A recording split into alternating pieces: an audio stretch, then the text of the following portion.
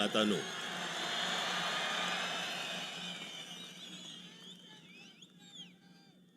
सर्वप्रथम मी आपणाला सर्वांना गुढीपाडव्याच्या मनपूर्वक शुभेच्छा देतो.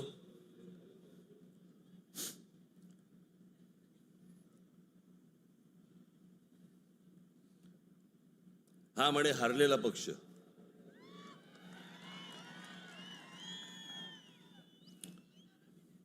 झालं, निवडणुका संपल्या, सगळ्या गोष्टी झाल्या. पण आज गेल्या निवडणुकीमध्ये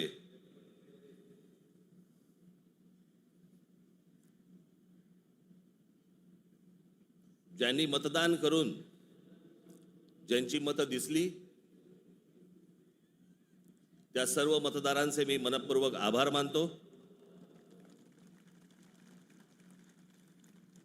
आणि ज्या मतदारांनी महाराष्ट्र नवनिर्माण सेनेला मतदान करून देखील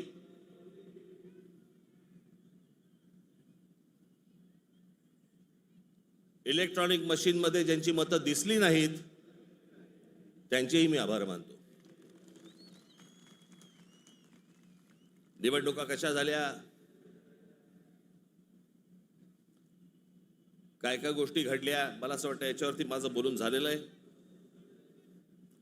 आता जे झालं ते झालं, आता हे बघायचं ते याच्या पुढचं. सगळे वेळ काढून आलायत ना, बरंच बोलायचंय मला.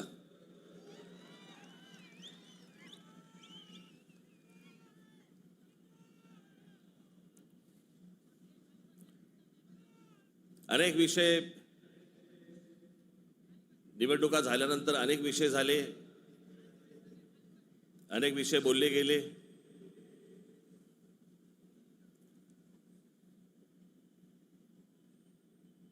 सदिच्छांचे शुभेच्छांचे अनेक मला फोन पण आले आणि नेमके आजच आले.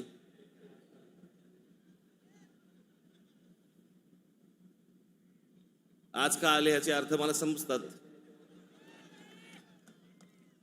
जरा जपून.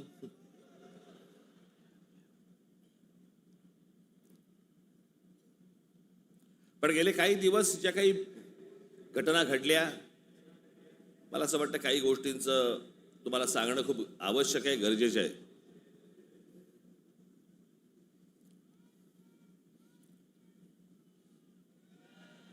त्यातला पहिला विषय म्हणजे कुंभमेळा. मी त्याशी म्हटल्याप्रमाणे त्या आमच्या बाळा नांदगावकरांनी पाणी आणलं आणि मग मी त्यांना सांगितलं पिणार नाही मी.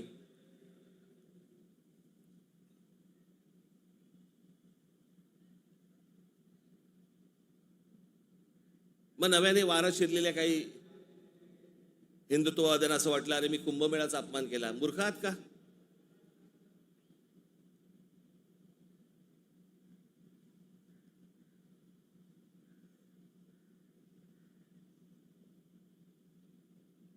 ते आमचे नयन कदम जाऊन आले तिकडे. कुठे नयन? कसं वाटलं? म्हणे आतमध्ये गेल्यावरती असं झालं म्हणे. म्हटलं नाही, खालून प्रेत गेलं असेल एखादं.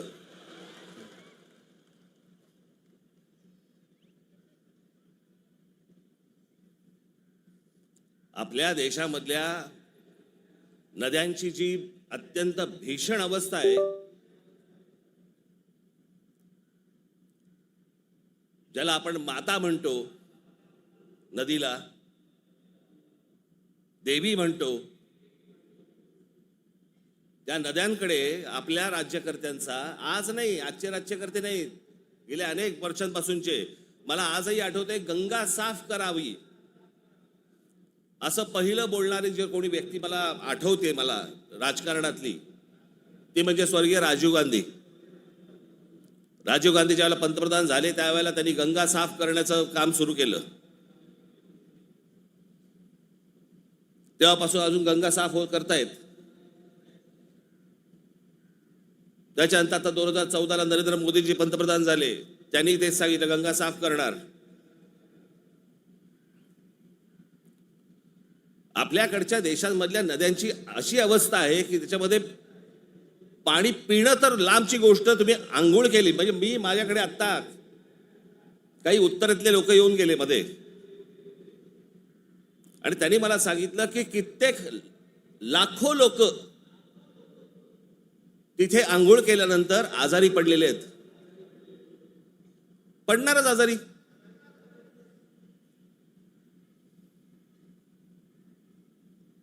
त्या गंगेवरची काय परिस्थिती आहे. प्रश्न हा गंगेच्या अपमानाचा नाहीये, प्रश्न हा कुंभमेळ्याच्या अपमानाचा नाहीये, पाण्याच्या स्थितीचा आहे की पाणी कशा प्रकारचं पाणी तिकडे असतं होतं आणि ते अजूनही थांबवलं जात नाही त्या गोष्टी. खरं तर वेगळ्या ठिकाणी तुम्ही जागा देऊ शकता.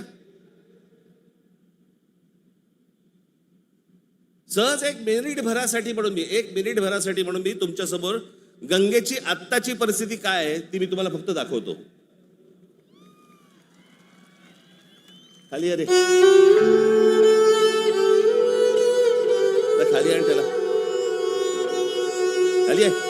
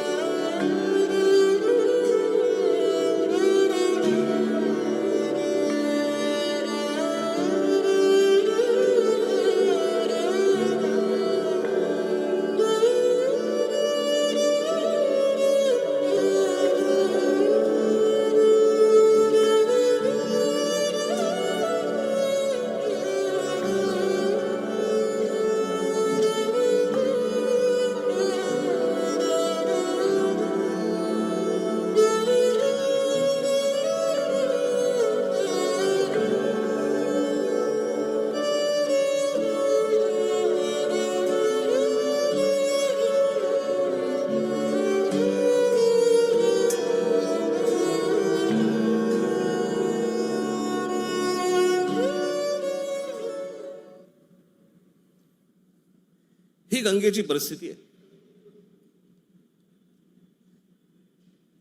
आतापर्यंत 33,000 कोटी रुपये खर्च झाले त्याच्यावरती. तुम्ही आता तो महंत बघितलात ज्याला बोटीतनं तसाच्या तसाच टाकून दिला.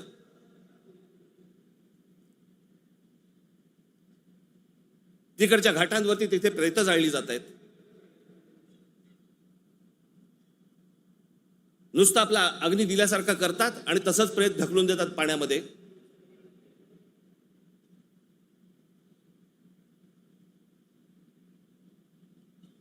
हा कोणता धर्म.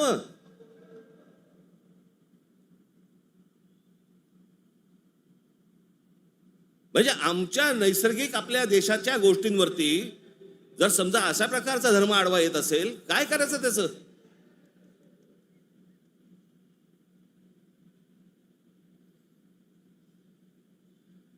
आपल्या गोष्टींमध्ये आपण सुधारणा नको का करायला.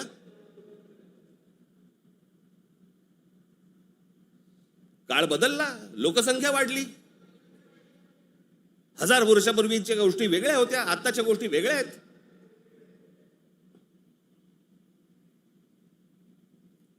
हेच सगळे विधी हटपण्यासाठी म्हणून त्याच इथे वेगळ्या एका घाटावरती एखादी जागा करता येत नाही का. मग काय सांगतात लोक, ऐकत नाहीत. ऐकत कसे नाहीत. दारू पिऊन गाडी चालवल्यावरती पोलीस पकडतात. हे समजल्यावरती लोक टॅक्सीने जायला लागले की नाही पिऊन. झाली की नाही सुधारणा.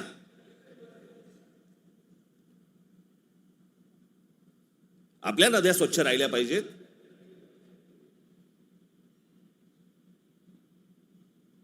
या सगळ्या नद्यांवरचे जे काही मधले मधले भाग आहेत इतके गलिच्छ आहेत, इतके गलिच्छ.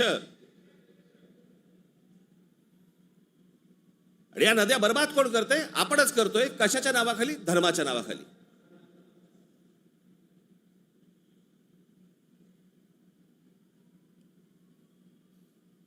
प्रत्येकाला आपापला धर्म प्यारा असतो. प्रत्येकाने आपापल्या धर्मामध्ये सुधारणा केल्या पाहिजेत. मी ज्या वेळेला हे गंगेवरचं ज्यावेळेला मी पाहत होतो सगळ्या गोष्टी, मला कळेना हे कसं काय चाललंय.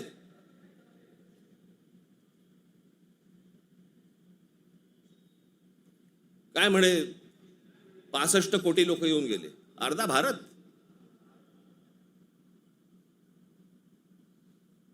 चला त्यातले आपण 5 लाख आपण पकडूया, व्हीव्हीआयपी आणि व्हीव्हीआयपी.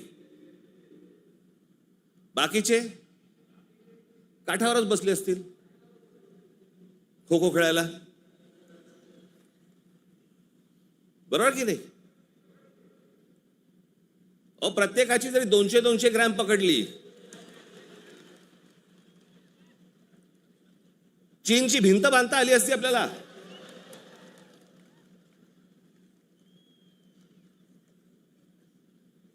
बरं तेही कुठे गेलं?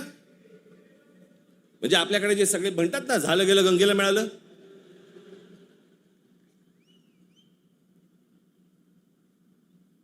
महाराष्ट्रामधली देखील आज नद्यांची परिस्थिती हेच. आमच्या कोकणामधली सावित्री नदी घ्या, सगळं केमिकलने भरली आहे. मी आता आणलंय इथे तुमच्यासाठी.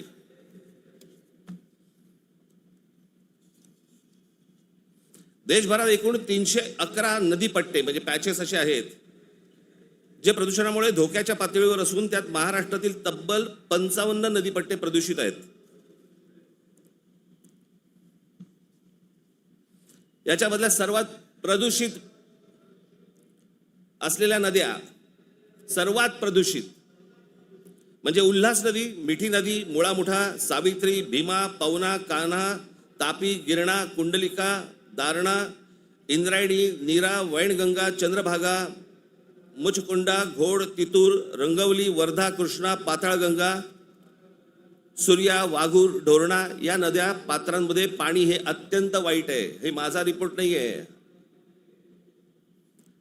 तर भातसा, पेडी, मोर, बुराई, वेल, पांझरा, सीना, काळू, वेण्णा, कोयना, पांझरा, पैनगंगा, पूर्णा, उरमोडी, कान या नद्यांच्या पात्रामध्ये पाणी वाईट आहे. त्या नद्यांच्या तुलनेत मुंबईमध्ये 5 नद्या होत्या, 5 नद्या. कदाचित अनेकांना माहिती पण नसतील. त्यातल्या 4 मेल्या. मेल्या म्हणजे मारल्या. सांडपाणी, झोपडपट्ट्या आणि या सगळ्या गोष्टींबद्दल त्या 4 नद्या मेल्या. आणि 5वी ही आता मरायला आली आहे, ती म्हणजे मिठी नदी. आत्ताची मिठी नदीची काल मी शूट करायला सांगितलंय. काल मी अगोदरचं पण दाखवत नाहीये, मी कालचं दाखवतोय. मुंबई मधली 5वी एकमेव राहिलेली नदी, त्याची काय अवस्था एकदा बघा.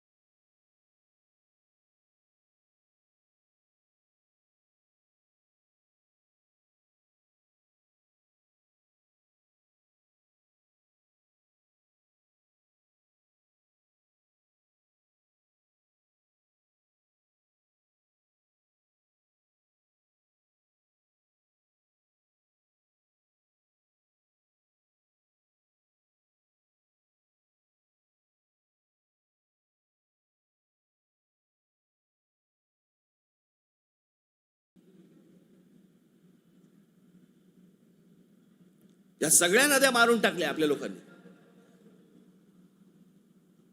दरवर्षी येणार मुंबई महानगरपालिका म्हणणार की आम्ही मिठी नदी साफ केली. ही साफ जोपर्यंत आजूबाजूची वस्ती हटत नाही तोपर्यंत या नद्या कधीही साफ होणार नाहीत. आपल्या सगळ्या नद्यांमध्ये सगळीकडे केमिकल्स भरलेली आहेत. का? आमचं पोल्युशन कंट्रोल बोर्ड काय करतं? उद्योगधंद्यांना प्रोत्साहन, कारण उद्योगपती ह्यांना प्रोत्साहन देतात.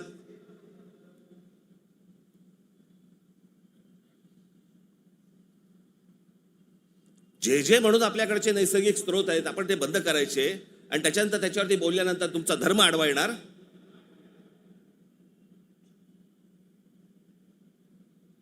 धर्माच्या गोष्टी तर मला तर कोणी सांगू पण नाहीत या लोकांनी. काही गोष्टी आपण आपल्यात सुधारल्या पाहिजेत.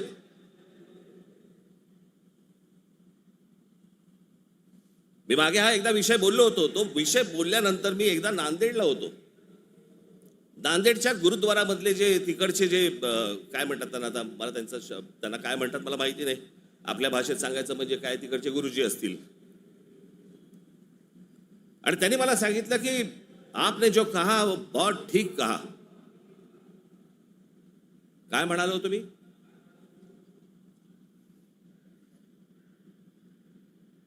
आमच्याकडे महानगरपालिका, जिल्हा परिषदा, ग्रामपंचायती, देशभर सगळ्या ठिकाणी आमच्याकडे काय भिंती रंगवल्या जातात, बोर्ड लावले जातात, झाडं जगवा, झाडं वाचवा.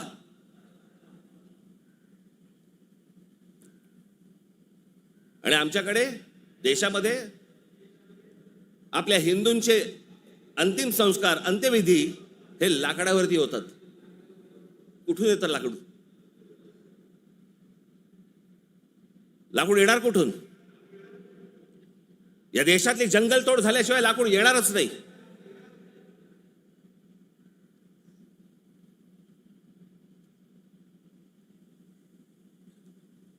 आणि ह्याला पर्याय म्हणून काय त्या इलेक्ट्रिक विद्युत दाहिनी आल्यात ना. काही जण असतात कर्मठ, नाही नाही विद्युत दाहिनी नाही, आमच्या परंपरेनुसार. का विद्युत दाहिनी केल्यावरती काय कल्याणला उतरवतात?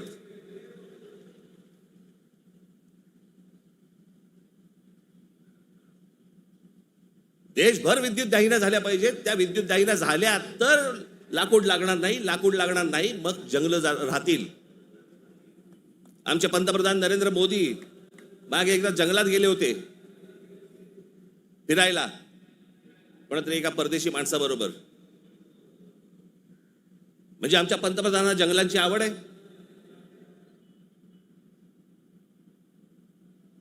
मग ते त्या अंबानीच्या कुठेतरी त्या जामनगरला गेले, वनतारा का तनतारा काहीतरी. म्हणजे त्याला प्राण्यांची आवड आहे. मग प्राण्यांची आवड असेल तर जंगल जगवली पाहिजे. जंगल हे आपलं मुंबईचं नॅशनल पार्क आहे ना, हे नॅशनल पार्क संजय गांधी राष्ट्रीय उद्यान पवईपासून सुरू होतं, घोडबंदर पर्यंत तिकडे थांबतं. एवढं मोठं राष्ट्रीय एक काय नॅशनल पार्क एखाद्या शहराच्या मध्यात जगाच्या पाठीवर कुठेही नाही.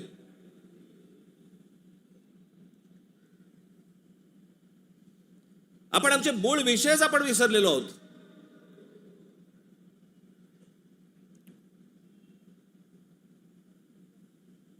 आमच्याकडे फक्त जंगलतोड सुरू आहे. म्हणजे आता मी तुम्हाला फक्त भारताचा जन्म मृत्यूचा आकडा फक्त सांगतो. जन्म मृत्यूचा आकडा म्हणजे लाकडं किती लागत असतील विचार करा, म्हणजे जंगलं किती तोडली जात असतील याचा विचार करा. भारताचा मध्ये जन्म आणि मृत्यूचा दर दररोज 81,746 मुलं जन्म घेतात आणि दररोज 29,679 मृत्यू होतात. रोज दररोज साधारणपणे 50,000 लोकसंख्या वाढत आहे. महिन्याला 24,52,380 लोक जन्म घेतात आणि महिन्याला 8,90,370 लोक मृत्युमुखी पडतात. वर्षाला 2,94,28,560 जण जन्म घेतात आणि वर्षाला 1,06,84,440 जण मृत्युमुखी पडतात.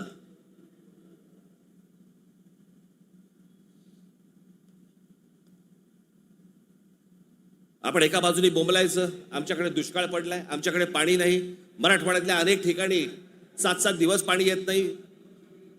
भारतामधल्या अनेक जिल्ह्यांमध्ये तिथे पाणी येत नाही. आम्ही पाणी येत नाही, सगळ्या गोष्टी होत नाही म्हणून बोंबलत बसायचं आणि आपणच ऱ्हास करायचा या गोष्टींचा. मूळ विषयांकडे आमचं लक्षच नाही. सगळे विषय भरकटवले जातात, सगळे विषय भरकटवले जातात. आमच्याकडे कोण येतो, आम्हाला पाय जंगलांची पडली नाही, पाण्याची पडली नाही, कशाची पडली नाही, आम्हाला पडली औरंगजेबाची. तो बसला एकटा द्राक्ष खात. आणि आम्ही भांडतोय.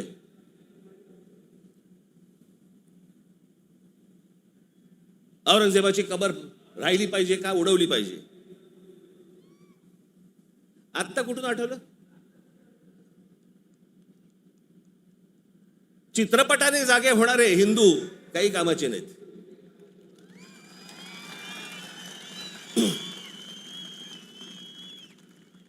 काही कामाचे नाहीत ते.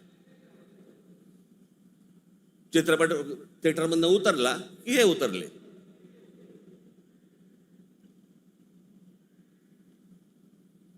छत्रपती संभाजी महाराजांचं बलिदान तुम्हाला आत्ता कळलं विकी कौशल मेल्यावर?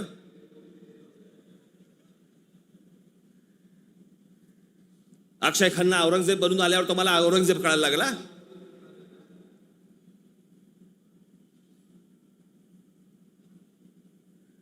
व्हॉट्सअप वरती इतिहास नाही वाचतायत. इतिहास वाचायचा असेल त्याच्यामध्ये पुस्तकामध्ये डोकं घालायला लागेल तुम्हाला.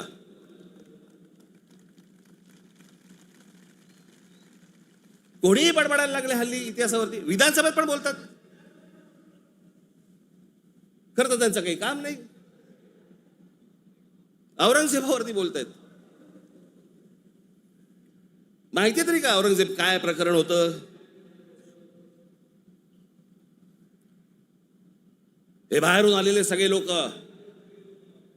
औरंगजेबाचा जन्म गुजरात मधला, दाहोद नावाच्या गावामधला औरंगजेबाचा जन्म. आणि मग काय सोपं आहे इतिहासामधनं तुम्हाला जातीपातीमध्ये भिडवून द्यायला. यांना ब्राह्मणांनी साथ दिली, यांना मराठ्यांनी साथ दिली, मग तिकडे मराठी नव्हतेच, मग हे सगळं चोरून ब्राह्मणांनी केलं. हे सगळं बोलणाऱ्यांचा इतिहासाशी काही संबंध नाहीये. त्यांना फक्त राजकीय त्यांचं जे काही पोळी भाजून घ्यायची आहे तेवढंच फक्त काम आहे त्यांचं. त्यांना ना संभाजी महाराजांशी काही कर्तव्य आहे, ना औरंगजेबाशी काही कर्तव्य, ना कोणाशी काही कर्तव्य आहे. तुमची माथी फक्त भडकवायची.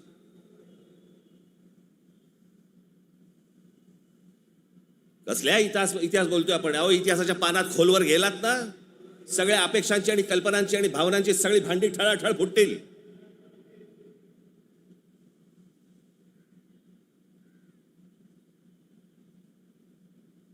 या हिंद प्रांतामध्ये एक अत्यंत कडवट, एक प्रभावी असं एक स्वप्न ज्या व्यक्तीला पडलं त्या आमच्या जिजाऊ साहेब.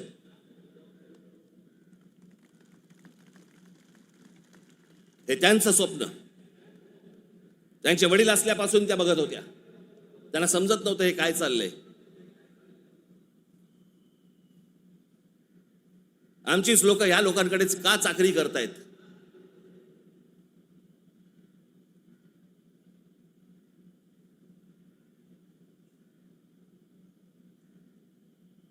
आणि छत्रपती शिवाजी महाराज म्हणजे या हिंद प्रांतावरती केलेला एक संस्कार आहे. तो एक चमत्कार आहे. ती एक विलक्षण घटना आहे.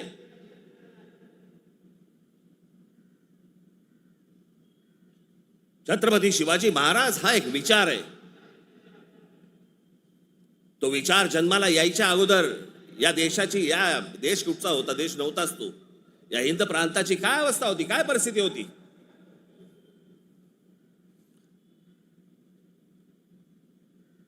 सर्व जातीचे लोक कोणाला कोणाच्याकडे होतेच ना कामाला.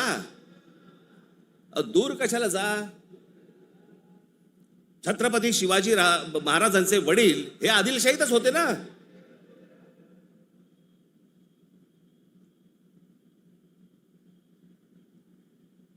त्याच्यानंतर ते निजामशाहीत गेले ना. तो काळ वेगळा होता, ती वेळची परिस्थिती वेगळी होती. त्यांनी का तसे निर्णय घेतले? जे कोणी महाराष्ट्रामधले सरंजामदार होते त्यांच्या विरोधाचाच लढा होता ना शिवाजी महाराजांचा. हे सरंजामदार कोण होते? त्याला जातीत का पाहताय तुम्ही?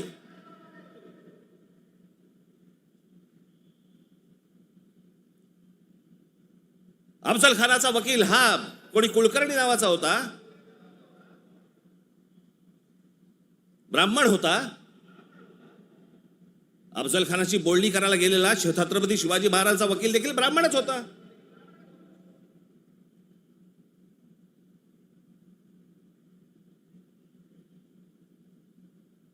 त्यावेळेला ही सगळीच माणसं वेगवेगळ्या लोकांकडे कामालाच होती.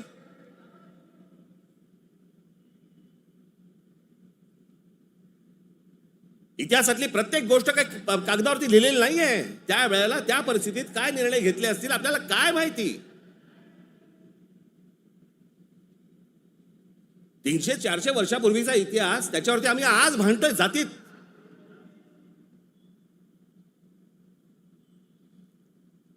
आग्र्याच्या दरबारामध्ये छत्रपती शिवाजी महाराजांच्या समोर संभाजी महाराज असताना संभाजी महाराजांकडनी औरंगजेबाची 5000 मनसबदारी स्वीकारलेली आहे. छत्रपती शिवाजी महाराजांच्या समोर महाराजांची होकार असल्याशिवाय होईल.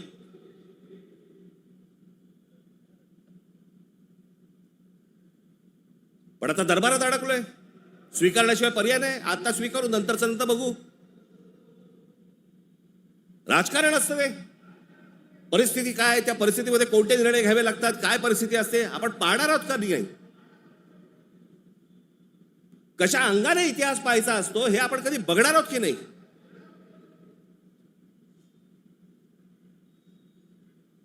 काही कशाचा कशाला माहिती नाही.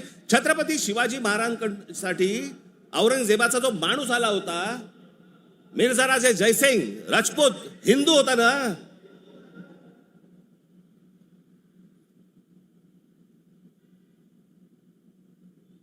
ज्या सिंहगडावरती आमच्या तानाजी मालुसरेंचा आज तिथे मृत्यू झाला, ते कोणाबरोबर लढाई झाला? उदयबान राठोड बरोबर ना. राजपूत होता ना, हिंदू होता ना. काय घेऊन बसलोय आपण.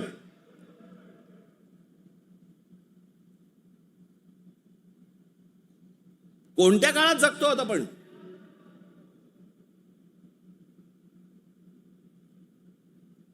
छत्रपती शिवाजी महाराजांच्या जन्माच्या अगोदरचा काळ वेगळा होता, नंतरचा काळ वेगळा आहे.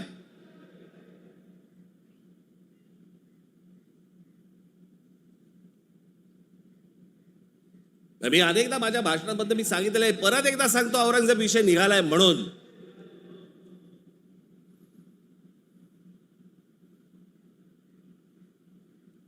औरंगजेब बादशाह याचं राज्य कुठपासून कुठपर्यंत होतं? अफगाणिस्तान पासून दक्षिणेपर्यंत आणि इथे बंगालपर्यंत.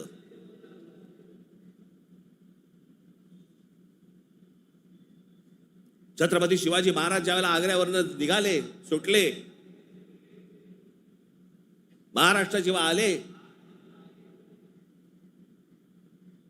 त्याच्यानंतर राज्याभिषेक झाला 74 साली आणि 1680 साली महाराजांचा मृत्यू झाला, निधन झालं त्यांचं. त्या दरम्यान औरंगजेबाचा एक पुत्र, मुलगा, महाराज गेल्यानंतर दक्षिणेत आलाय आणि औरंगजेबाच्या मुलाला शह म्हणजे राहायला जागा बरोबर घेतलं. हे संभाजीराजांनी घेतलंय. तो तिथून पळून आलाय. वाचा जरा इतिहास, वाचा जरा. औरंगजेब ज्या वेळेला आग्र्यावरनं निघालाय, महाराज गेले 1680 साली आणि औरंगजेब महाराष्ट्रामध्ये पोहोचलाय 1681 साली. 1681 ते 1707, 27 वर्ष तो महाराष्ट्रात लढत होता.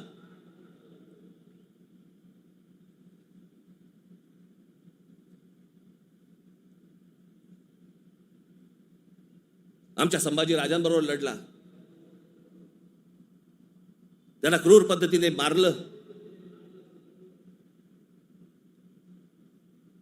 राजाराम महाराज लढले, संताजी धनाजी लढले आणि आमच्या तारा राणी साहेब लढल्या.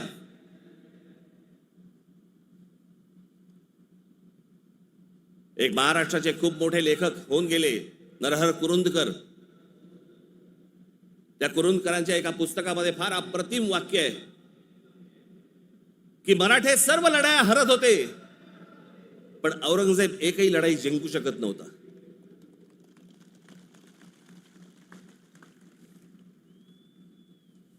याचं कारण छत्रपती शिवाजी महाराजांचं निधन झाल्यावरती खरं तर औरंगजेबाने परत जायला पाहिजे होता आग्र्याला. नाही, तो इथे का थांबला? एवढा मोठ्या बलाढ्य प्रदेशाचा राजा, शहनशाह, एका 2.5, 3, 3.5, 4 जिल्ह्याच्या एका राजासाठी इथे ठाण मांडून का बसला?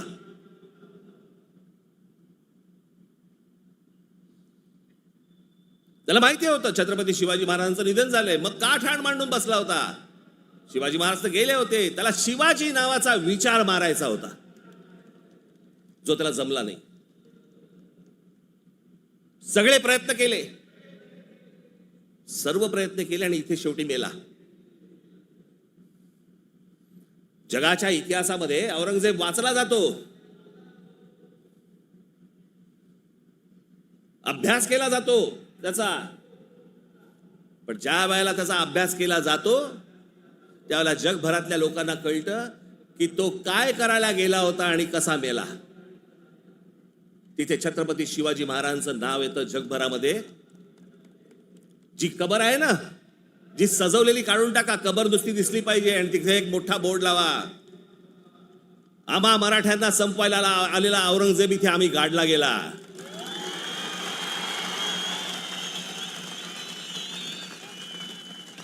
हा आमचा इतिहास.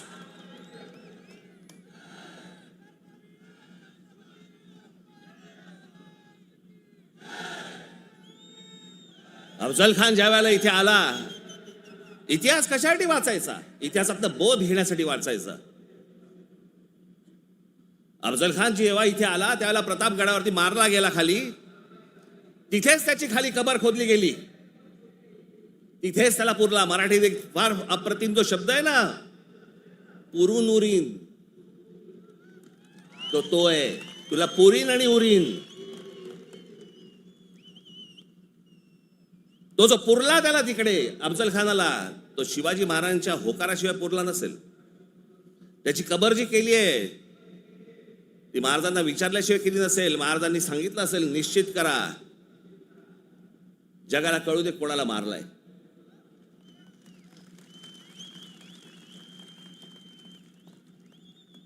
आपण ज्या मराठ्यांनी महाराष्ट्राने ज्यांना ज्यांना गाडले त्यांची प्रतीकं नेस्तनाबूत करून चालणार नाही, ती जगाला दाखवली पाहिजेत, आम्ही यांना गाडलंय.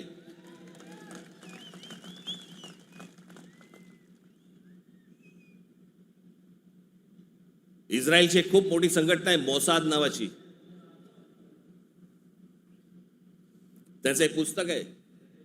त्या पुस्तकामधली एक ओळ फार अप्रतिम ओळ आहे आणि त्याच्यात त्यांनी दिलंय की आम्ही अनेक स्मारकं बांधली इथे इस्रायलमध्ये, पण अनेक लोकांची आम्ही स्मारकं बांधली नाहीत. का? कारण ती जर बांधली तर जगामध्ये ते कृत्य आम्ही केलंय असं जगाला कळेल, म्हणून आम्ही नाही बांधली.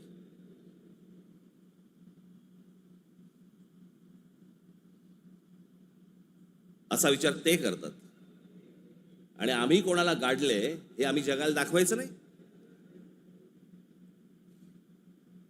खरं तर शाळेतल्या लहान लहान मुलांच्या तिकडे ट्रिप घेऊन गेल्या पाहिजेत, बसेस भरून घेऊन गेल्या पाहिजेत आणि लहान मुलांना सांगितलं पाहिजे, बाळांनो, महाराजांनी याला गाडला, हा आपल्यावर आला होता, हा आपल्या धर्मावर उलटला होता, हा आमची मंदिरं पाडत होता, हा आमच्या बहिणींची आबरू लुटत होता, याला आम्ही गाडला. नाही तर पुढच्या पिढ्यांना आम्ही काय इतिहास सांगणार आहोत?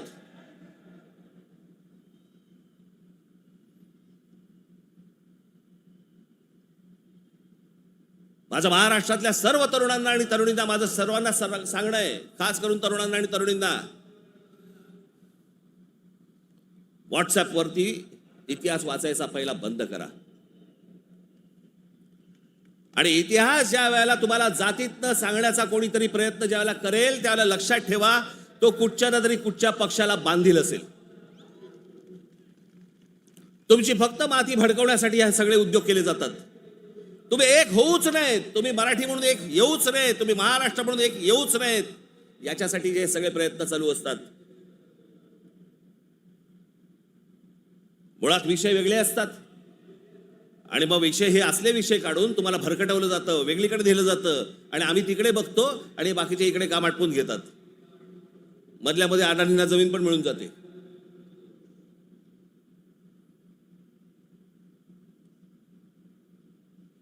मुंबईचा विमानतळ दिला अदानीला, मग अजून कुठचा नवी मुंबईचा दिला अदानीला, मग आता पालघरचा दिला अदानीला, मग तिकडचं बंद दिला अदानीला.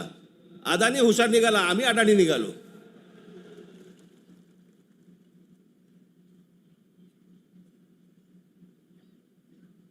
कित्येक गोष्टी आहेत ज्या विधानसभेमध्ये बोलल्या जाऊ नयेत. लाडकी बहीणचं काय झालं?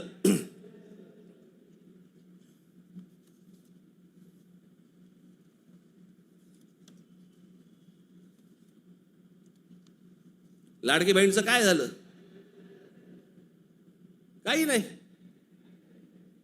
बंद होणार ती योजना. मी निवडणुकीच्या वेळेला सांगत होतो, पण माझं खरं सांगून तुम्हाला पटलं नाही, त्यांचं खोटं सांगून पटलं. काय कमाल आहे.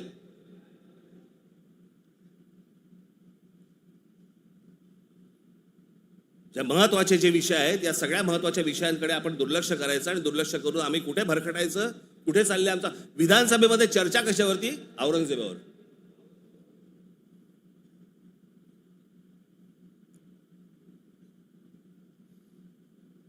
मी तुम्हाला मुद्दामून सांगतोय की तो तुर्कस्तान म्हणजे आताचा टर्की हा देश तलवारीच्या धारेवरती, धर्माच्या धारेवरती उभा राहिला. सगळ्या ठिकाणी आक्रमण केली. हा औरंगजेब यांचे हे सगळे आहेत ना, बाबर बिबर पासून सगळे, हे सगळे तुर्की मंगोलियन लोक आहेत. आपण ज्यांना मोघल म्हणतो ना, मोघल म्हणजे मंगोल्स, चंगीज खान वाले. हा तुर्की मंगोल आहे. सगळं धर्म, सगळं मुस्लिम धर्म तलवारीच्या धारेवरती सगळा देशभर जगभर पसरवण्याचा प्रयत्न केला. नंतर धर्माच्या आधारावरती तुम्हाला देश नाही उभा करतायत. हे अनेक देशांना समजलं. त्यातला पहिला टर्की म्हणजे तुर्कस्तान. तिकडे 1922 साली त्यांच्या पंतप्रधान का काय प्रेसिडेंट जो काय असतो तो, त्याच्यावरती केमाल पाशा नावाचा माणूस आला आणि केमाल पाशाने सगळं अख्खं तुर्कस्तानचं चित्र अख्खं पालटून टाकलं. 1938 साली मला असं वाटतं ते गेले. त्याच्यानंतर जी लोक आली तिथे इस्लाम आता म्हणण्यापुरता आहे तिथे, पण तो आता भाग दक्षिण युरोप म्हणतात त्याला, दक्षिण युरोप. तिकडची परिस्थिती, तिकडची अवस्था जर समजा तुम्ही बघितलीत, म्हणजे त्या सगळ्या ठिकाणी मशिदी आहेत, सगळ्या गोष्टी आहेत, पण तुम्हाला रस्त्यावरती धर्म दिसत नाही. कारण त्याच्या लक्षात आलं की धर्मामुळे देशाची प्रगती होणार नाही. त्याने काय काय प्रकार केले? केमाल पाशाने राज्यघटनेत तुर्कीला धर्मनिरपेक्ष राष्ट्र म्हणून घोषित केलं. इस्लामला राज्य धर्माचा दर्जा काढून टाकला. शरिया कायदे रद्द करून स्विस सिव्हिल कोडवर आधारित नवीन कायदा लागू केला. त्याच्यानंतर अरबी लिपीऐवजी लॅटिन लिपी स्वीकारली. फ्रेंच फेज टोपी त्यांची जी होती त्याच्यावर बंदी आणि पाश्चिमात्य पोशाखांना प्रोत्साहन दिलं. मशिदींमधील अरबी प्रार्थनांना तुर्की भाषेत बदललं. आता सध्याचे टर्कीचे सध्याचे अध्यक्ष एर्दोगन यांनी मवाळ इस्लाम स्वीकारला वगैरे सोडा, टर्कीला दरवर्षी टुरिझम म्हणून किती लोक भेट देतात? 5 कोटी लोक भेट देतात. वर्षाला साधारणपणे $400 बिलियन त्यांचं उत्पन्न होतं, निर्माण होतं. हे देश सगळे त्याच्यातनं बाहेर पडतायत आणि आम्ही धर्मांधतेकडे जातोय. धर्म प्रत्येकाने जोपासला पाहिजे उंबरठ्याच्या आत. आणि त्यांनी जर समजा बाकीच्यांनी जर समजा धर्म रस्त्यावरती आणला तर मग काय आम्ही बुलडोजर फिरू? मी ज्या वेळेला सांगितलं होतं हे सगळे लाऊडस्पीकर बंद करा मशिदींवरचे, ऐकलं नाही. माझ्या 17,000 महाराष्ट्र सैनिकांवरती केसेस टाकल्या. आणि आता परवा दिवशी आमच्या महाराष्ट्र राज्याचे मुख्यमंत्री देवेंद्र फडणवीस म्हणतात की आम्ही त्यांना सांगितलेलं आहे रात्री 10 ते सकाळी 6 भोंगे वाजणार नाहीत. अहो तेव्हा वाजतच नाहीत. प्रश्न आहे सकाळी 6 ते रात्री 10. या लाऊडस्पीकरचा, सततच्या लाऊडस्पीकरचा लोकांना त्रास होतो. तुमचे काही सण बिण असतील तर आपण समजू शकतो. पण सरकार म्हणून कोणतंही पाऊल न उचललं. पाऊल कोणी उचललं? उत्तर प्रदेशने उचललं, योगींनी उचललं. त्यांनी सगळ्यावरचे लाऊडस्पीकर बंद केले. आपण इथे घोषणा केली, लाऊडस्पीकर त्यांनी बंद केले. आमच्या इकडे तसंच चालू आहे.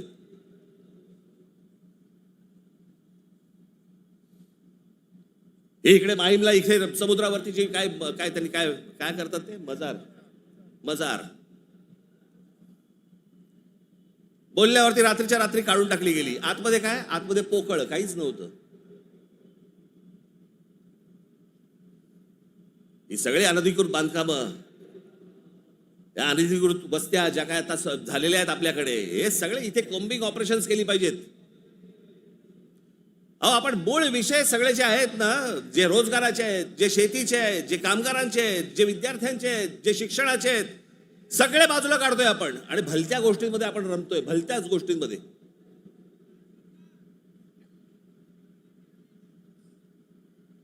आज त्या बीडला जे झालं, ते संतोष देशमुख, काय बिचारे, त्यांना काय किती घाणेरड्या पद्धतीने मारावं, किती घाणेरड्या पद्धतीने मारावं. बरं, तुमच्या अंगामध्ये नसामध्ये जर एवढी क्रूरता भरलेली असेल ना, मी दाखवीन जागा, तिथे जा.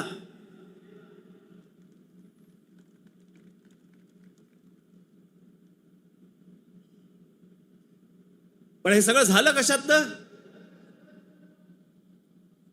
त्या विंडमिल, तिकडची ऍश, तो तिकडचा जो काय प्रकल्प, त्याच्यातनं निर्माण होणारी जी काही ती राख आहे. म्हणजे मी आजपर्यंत ऐकलं होतं की राखेमधनं फिनिक्स पक्षी उभारी घेतो. आमच्या बीडमध्ये राखेतनं गुंड तयार होतात. विषय होता पैशाचा. ती जी काय वाल्मिक कराड आणि जी काय नावं येत आहेत त्यांची, हे सगळ्या खंडण्या. या संतोष देशमुखने त्याला विरोध केला. उद्या तिथे संतोष देशमुख नसता, दुसरा कोणी असता, तरी त्यांनी हेच केलं असतं. विषय होता पैशांचा, विषय होता खंडणीचा, विरोध होता खंडणीला विरोध करणाऱ्यांचा. आम्ही लेबल काय लावली? वंजाऱ्याने मराठ्याला मारलं. त्याच्यात वंजाऱ्यांचा काय संबंध आणि मराठ्यांचा काय संबंध? कशात गुंतून पडतोय आपण? पण तुम्हाला गुंतवलं जातंय. हे राजकीय पक्ष तुम्हाला गुंतवतायत त्याच्याबद्दलच गुंतून राहा. आमच्या मुलांच्या शिक्षणाचा विचार करू नका, विषय आणू नका. आमच्याकडे रोज शेतकरी आत्महत्या करतायत.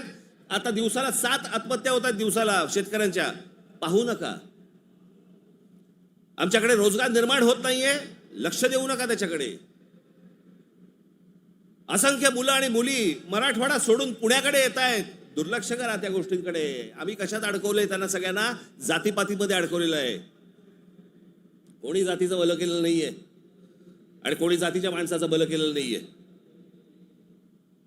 या महाराष्ट्रामध्ये संयुक्त महाराष्ट्र झाल्यानंतर गेली इतकी वर्ष या महाराष्ट्राच्या सत्तेमध्ये जास्तीत जास्त आमदार आणि जास्तीत जास्त मंत्री आणि जास्तीत जास्त मुख्यमंत्री मराठा समाजाचे होते.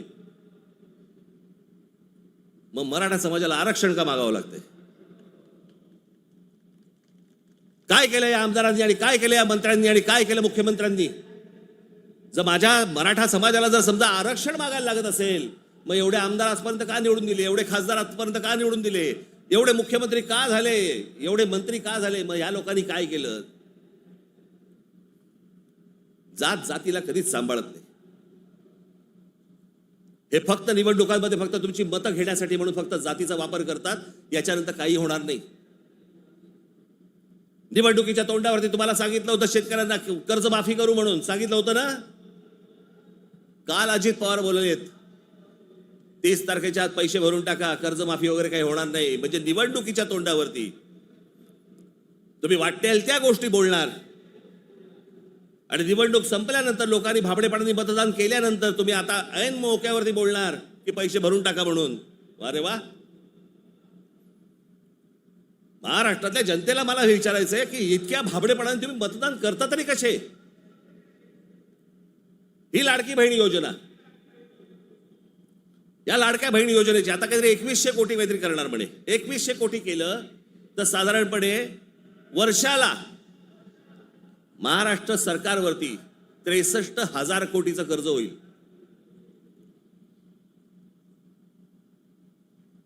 म्हणजे साधारणपणे 5 वर्षाचे काढा तुम्ही किती होतात. 3-4.5 लाख कोटी होतात. हे फक्त वाटण्यात. ते वाटू शकत नाहीत. सरकारकडे पैसे नाहीत. ही योजना बंद होणार. अहो, कर्ज काढून दिवाळी साजरी करायला सांगितले कोणी? जे मूळ प्रश्न आहे, जे रोजगाराचे प्रश्न आहेत, माझ्या महाराष्ट्रामधल्या माझ्या मराठी मुला मुलींना नोकऱ्यांचे प्रश्न आहेत, ते सोडवा. आस्थापना येत आहेत आणि तुम्ही बाहेरच्या लोकांना भरताय कंत्राटी कामगार म्हणून. माझ्या महाराष्ट्रामधल्या मुलांना कळत नाहीये, मुलींना कळत नाहीये, कारण आम्ही गुंतवलेत कशात? आम्ही जातीत गुंतवलेत. मारामाऱ्या करा, डोकी फोडा, व्हॉट्सअपवरती जातीत शिव्या घाला, हे उद्योग आमचे सगळे सुरू आहेत. मूळ प्रश्नाकडे आहे कोणाचं लक्ष? खरं तर मूळ प्रश्नांवरती तुम्ही सरकारला धारेवर धरलं पाहिजेत, मंत्र्यांना धारेवर धरलं पाहिजेत. निवडणुकीच्या तोंडावरती ज्या ज्या प्रकारची तुम्हाला आश्वासनं दिली त्या गोष्टी तुम्ही विचारल्या पाहिजेत. पण मुळात आपलंच लक्ष जर समजा नसेल तर बाकीच्यांचं फावणारच आहे.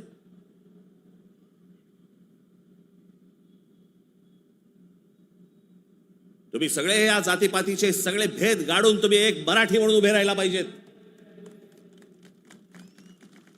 बाकीच्या राज्यांमध्ये बघा, तामिळनाडू बघा, तामिळनाडूमध्ये हिंदी आणतायत, नाही म्हणून त्यांनी सांगितलं येऊ देणार नाही. केरळामध्ये येऊ देणार नाही. आम्हीच लोटांगण घालतोय. आम्हालाच समजत नाही आम्ही काय करायचंय. मी इतका भांबावलेला मराठी माणूस आजपर्यंत कधी बघितलं नाहीये. मी इतका राजकारणाचा झालेला चिखल देखील मी आजपर्यंत पाहिलेलं नाहीये. कोणत्याच गोष्टींचं आम्हाला गांभीर्य उरलेलं नाहीये. सगळेजण त्या इंस्टाग्रामवरती चालू आहेत, कारण डान्स बार बंद झाले. तिकडे जे हे चालायचं ते सगळं मोबाईलवरती आलं. कशात गुंतून पडलेला आहात एकदा जरी विचार करा. हे ज्या गोष्टी बोलतात, ज्या गोष्टी सांगतात, खरं तर माझं मत आहे, मी आता झाला, निवडणुका संपल्या, शिमगा झालेला आहे, होळी संपलेली आहे. तुमच्या साक्षीने सांगतो, माझं खरं तर देवेंद्र फडणवीस तुमच्या हातामध्ये एक चांगलं राज्य, सुसंस्कृत राज्य हातामध्ये आलेलं आहे. याच्याकडे नीट बघा. चांगल्या पद्धतीने मराठी माणसाकडे पाहणार असाल तर आमचा तुम्हाला पाठिंबा निश्चित राहील. प्रत्येक गोष्ट आमची ऐकून करा.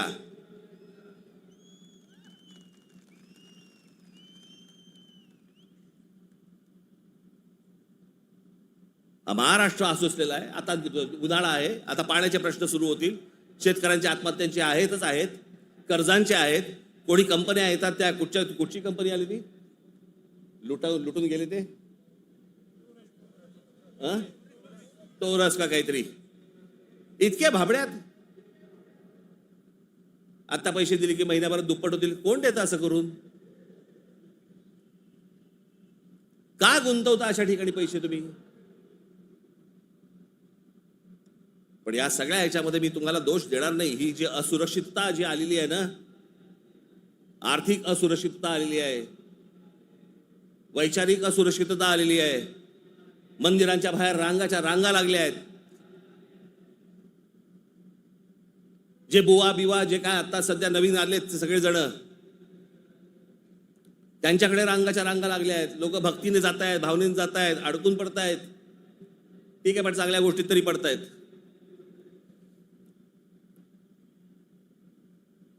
आज चौबाजूनी महाराष्ट्राला सर्व बाजूनी विळखा पडतोय.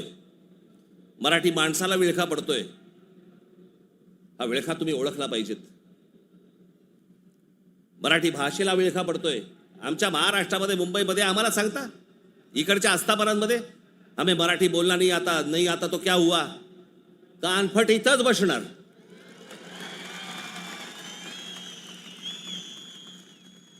फालतू देशबीस सांगायचा नाही आम्हाला. प्रत्येक राज्याची एक राजभाषा आहे, त्या राजभाषेचा सन्मान हा प्रत्येक राज्यामध्ये राखला गेला पाहिजे. महाराष्ट्रामध्ये, मुंबईमध्ये मराठीचा मान हा राखला गेलाच पाहिजे प्रत्येक आस्थापनेत. या महाराष्ट्रामधल्या उद्यापासून तयारीला लागा. महाराष्ट्रातल्या प्रत्येक बँकेत मराठी वापरली जाते की नाही पहिले चेक करा. प्रत्येक बँकेत, प्रत्येक आस्थापनेत तुम्ही मराठी म्हणून सगळेजण कडवटपणे उभे राहायला पाहिजेत. या देशामधला हिंदू हा हिंदू तेव्हाच होतो जेव्हा मुसलमान रस्त्यावरती येतात. एरवी फक्त भक्तिभावाने असतात, पण हिंदूंमधला हिंदू जेव्हा जागरूक होतो तो फक्त दंगलीमध्ये हिंदू असतो. दंगल संपली की तो मराठी, पंजाबी, गुजराती, बंगाली सगळा होतो. आणि मग ज्यावेळेला तो मराठी होतो त्यावेळेला मग तो साळी, माळी, मराठा, ब्राह्मण, कुणबी सगळा होतो. आपापल्या जातीबद्दल प्रेम असणं हे स्वाभाविक आहे, पण दुसऱ्याच्या जातीबद्दल विद्वेष असणं, तिरस्कार असणं ही विकृती आहे.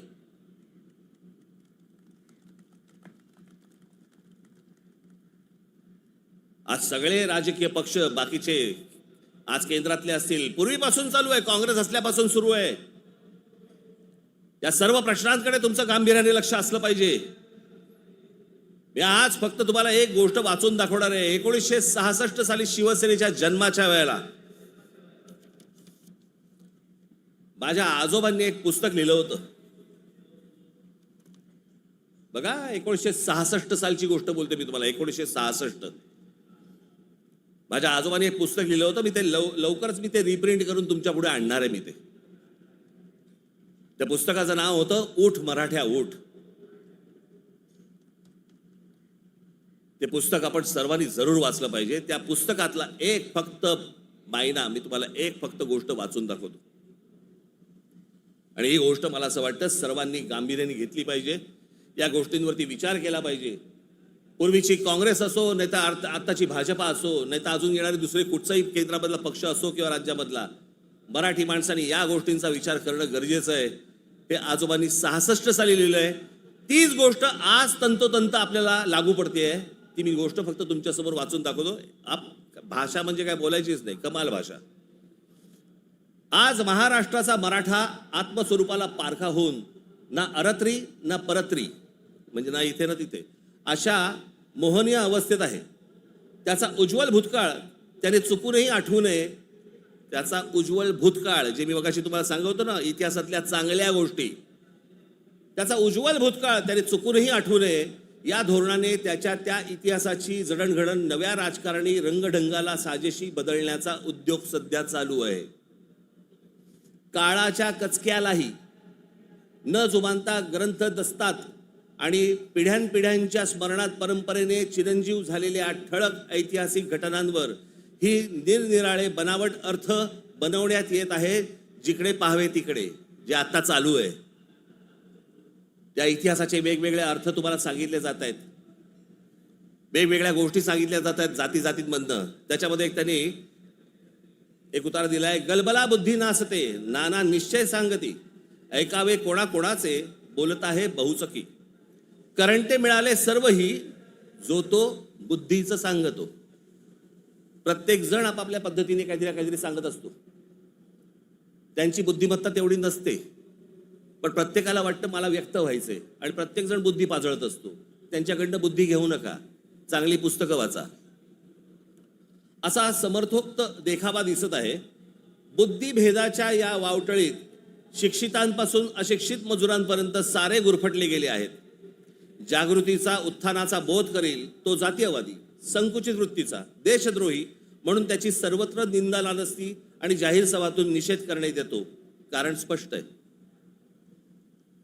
महाराष्ट्राचा मराठा जागा होऊन आपल्या आत्मस्वरूपाचा शोध घेण्या इतका कदरबाज स्वाभिमानी बनू लागला तर सत्ता स्पर्धेच्या शर्यतीच्या रिंगणात आपल्या पक्षीय घोड्यावर स्वार झालेल्यांचे रिकीबितले पाय लटपटल्याशिवाय राहणार नाहीत.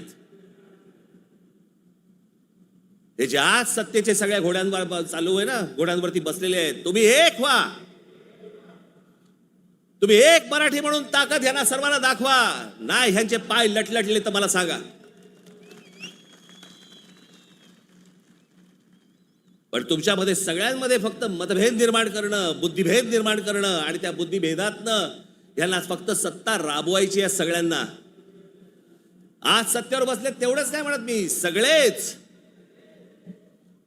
म्हणून मला तुम्हाला एवढंच सांगायचं आहे आजच्या या गुढीपाडव्याच्या दिवशी.